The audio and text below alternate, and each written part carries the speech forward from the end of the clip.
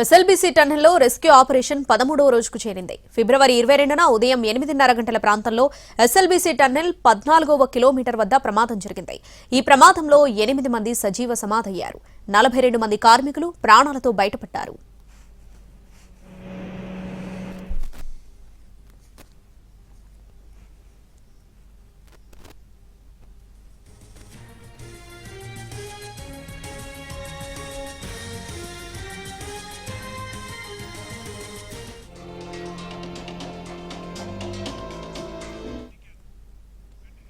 గడిచిన 13 రోజులుగా rescue operation కొనసాగుతుంది. 11 ఏజెన్సీలకు చెందిన రెస్క్యూ బృందాలు ఇందులో పాల్గొంటున్నాయి. NDRF, SDRF, rat miners, Singareni సహాయక బృందాలు ప్రధాన పాత్ర పోషిస్తున్నాయి. 140 మీటర్ల టీబీఎం మిషన్ ప్లాస్మా కట్టర్లతో కట్టింగ్ కొనసాగుతుంది. టన్నెల్లో పేరుకుపోయిన మట్టి, రాళ్ల తొలగింపునకు ఆటంకాలు ఏర్పడుతున్నాయి.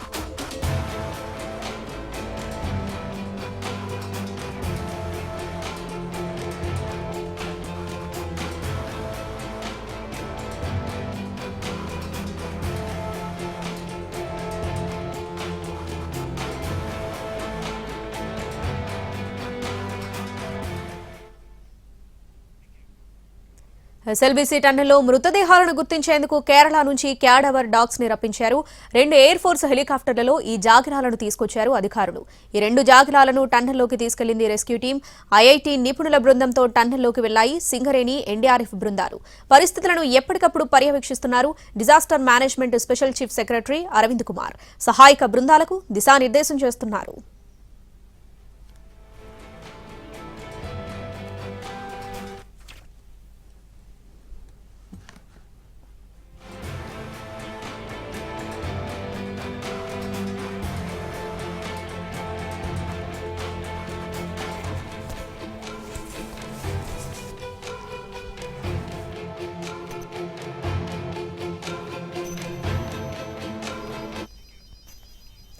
ఈ క్యాడవర్ డాగ్స్ ని హ్యూమన్ రిమైన్స్ డిటెక్షన్ డాగ్స్ అని కూడా అంటారు.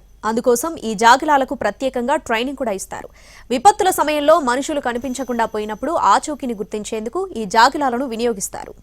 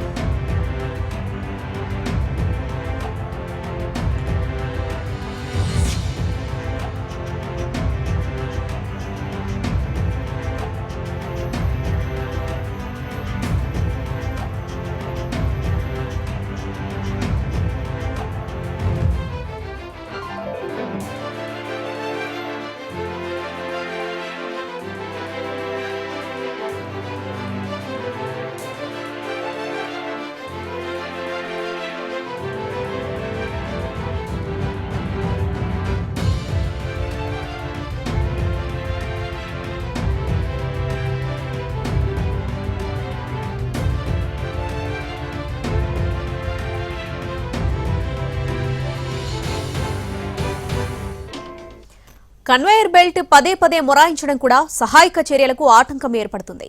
డీ వాటరింగ్ చేస్తున్నా కూడా నీటి ఊట తగ్గటం లేదు. సాంకేతిక వినియోగంపైన దృష్టి సారించాయి రెస్క్యూ బృందాలు. జీపీఆర్, ఆక్వా ఆయిల్తో డెడ్ బాడీల కోసం చేపట్టిన గాలింపు చర్యలు కొనసాగుతున్నాయి. Dog squad, sniffer dogs, cadaver dogs తో మృతదేహాల కోసం వెతుకుతున్నాయి రెస్క్యూ బృందాలు.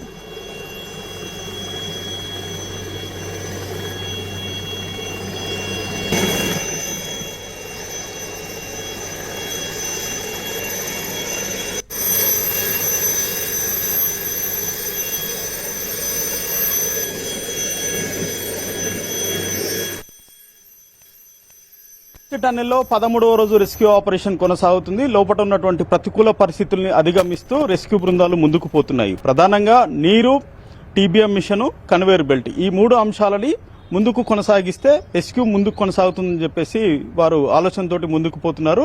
అయితే ముందు నీటికి సంబంధించి ఎప్పటికప్పుడు వస్తున్నటువంటి నీటి ఊటను డీవాటరింగ్ చేస్తున్నారు. అయినప్పటికీ కూడా నీటి ఊట నిమిషానికి 5,000 లీటర్లకు పైగా వస్తున్నట్టుగా రెస్క్యూ బృందాలు చెప్తున్నాయి. వాటిని మెగా కంపెనీ నుంచి ఎల్ఎన్టీ నుంచి తీసుకొచ్చినటువంటి హై కెపాసిటీ మోటార్లతోటి ఎప్పటికప్పుడు బయటికి పంపించేటువంటి ప్రాసెస్ కొనసాగుతుంది.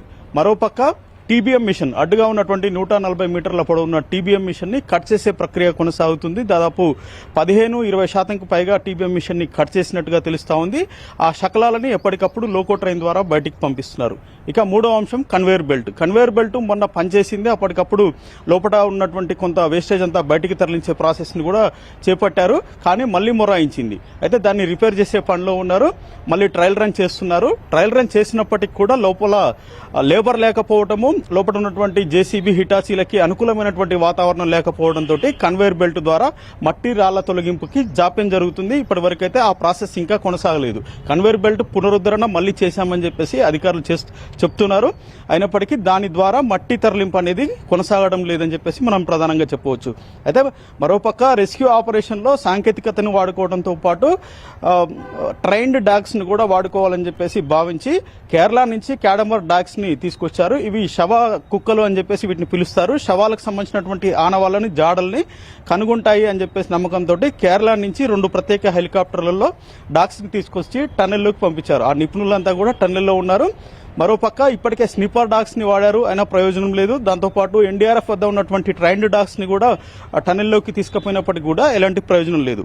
ఇక లోపల జీపీఆర్ గుర్తించి మార్క్ చేసినటువంటి ప్రాంతాల్లో తవ్వకాలు చేసినప్పటికీ కూడా ఎలాంటి ప్రయోజనం లేదు. అక్కడ మానవ మృతదేహాలు ఏవి కూడా లభ్యం కాలేదు.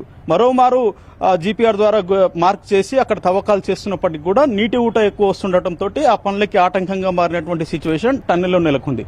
మరోపక్క రోబోల వినియోగంపై కూడా సాధ్యాసాధ్యాలపై అధికారులు పరిశీలిస్తున్నారు. ఇప్పటికే రోబోస్ సంబంధించినటువంటి ప్రతినిధులంతా కూడా టన్నెల్లో ఉన్నటువంటి పరిస్థితిని సమీక్షించారు.